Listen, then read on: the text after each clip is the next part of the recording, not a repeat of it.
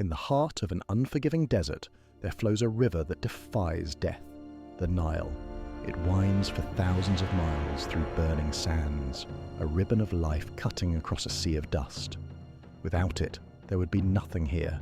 No cities, no temples, no stories carved in stone. Yet along its fertile banks, humanity learned something extraordinary: how to turn chaos into order.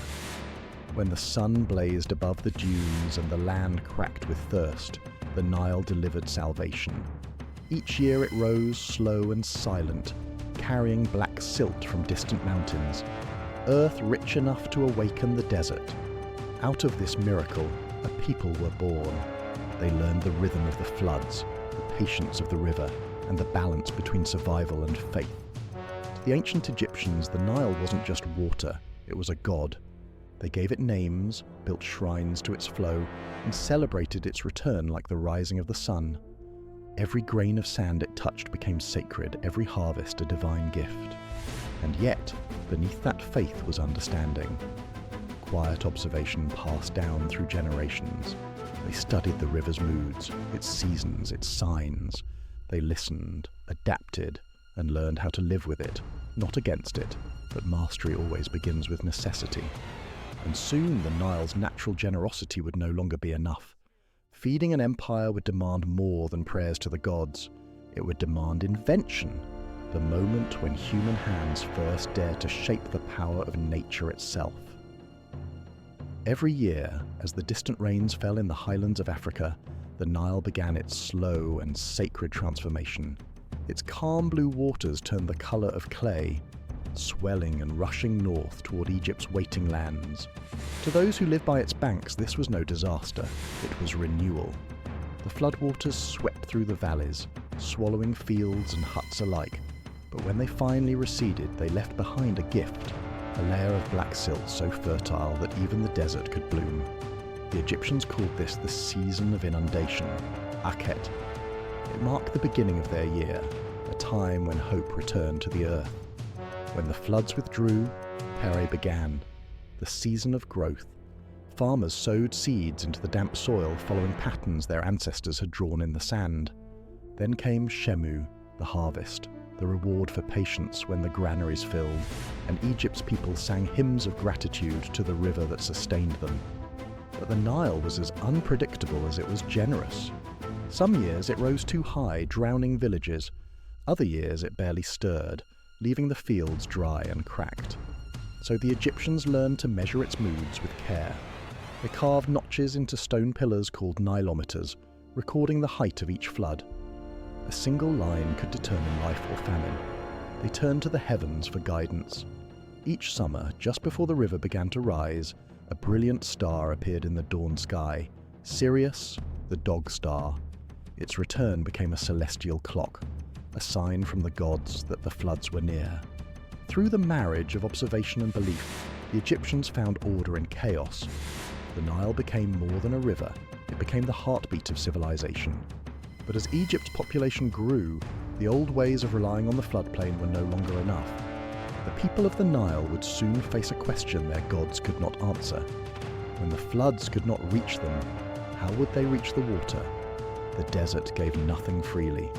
And as Egypt expanded, its people pushed farther from the river's gentle reach. Crops wilted on higher ground, soil cracked beneath the sun, and the whisper of the Nile felt more like a memory. To feed their families, farmers carried water in clay jars step after weary step, pouring it into ditches one handful at a time. A single day of labour could barely keep a small field alive. The problem was not will. The Egyptians had that in abundance. It was gravity. The Nile flowed where it wished, and men could not lift its weight with bare hands alone. They needed a way to raise the river itself, not through prayer, but through invention. The question echoed along the banks. How do you lift a river? How do you bend nature to your need without breaking it? In that question lay the spark that would forever change the rhythm of the Nile and the destiny of those who lived beside it. Somewhere along the river, perhaps in the quiet of dawn, a farmer noticed a truth older than the pyramids: balance.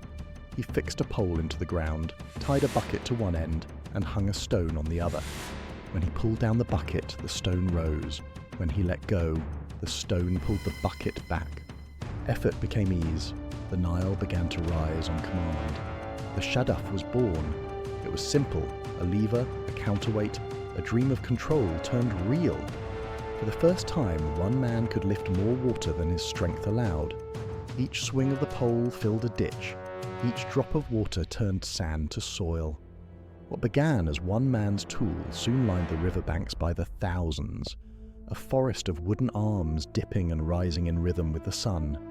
To watch them was to see civilization in motion, silent machines feeding life into the earth. The Nile no longer decided where the people could live. The people had learned to move the Nile.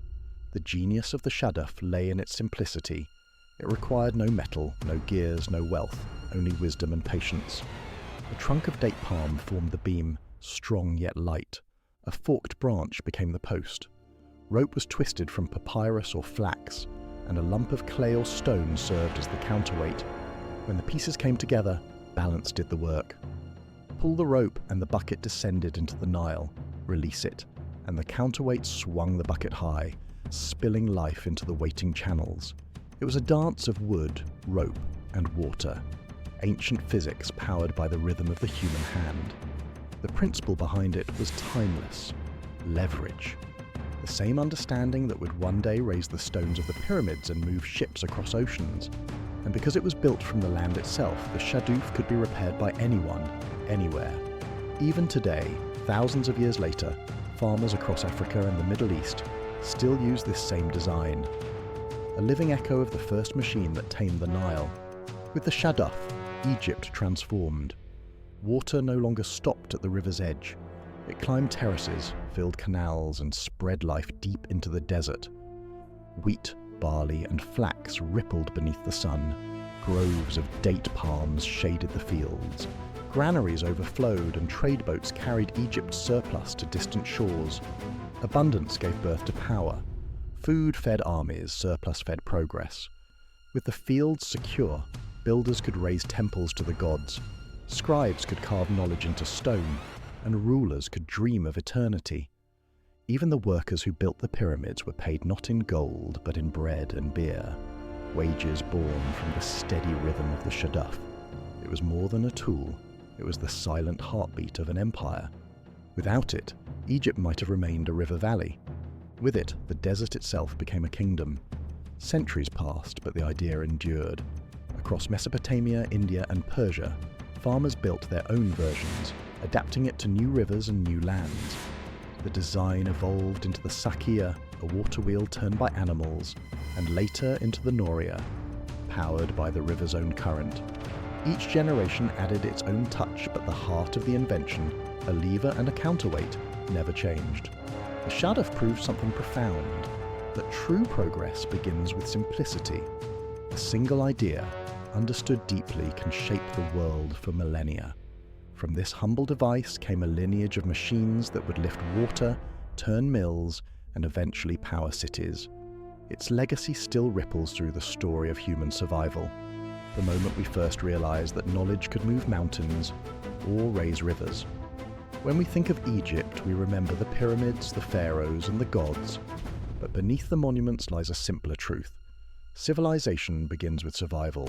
A farmer, a pole, a stone, and the will to make the desert bloom. The Nile fed the people, but it was the human mind and the genius of invention that fed the empire. So, what ancient invention do you think had a bigger impact than the Shaduf? Let me know in the comments. And if you enjoyed this journey into ancient engineering, hit subscribe for more essential survival skills and inventions.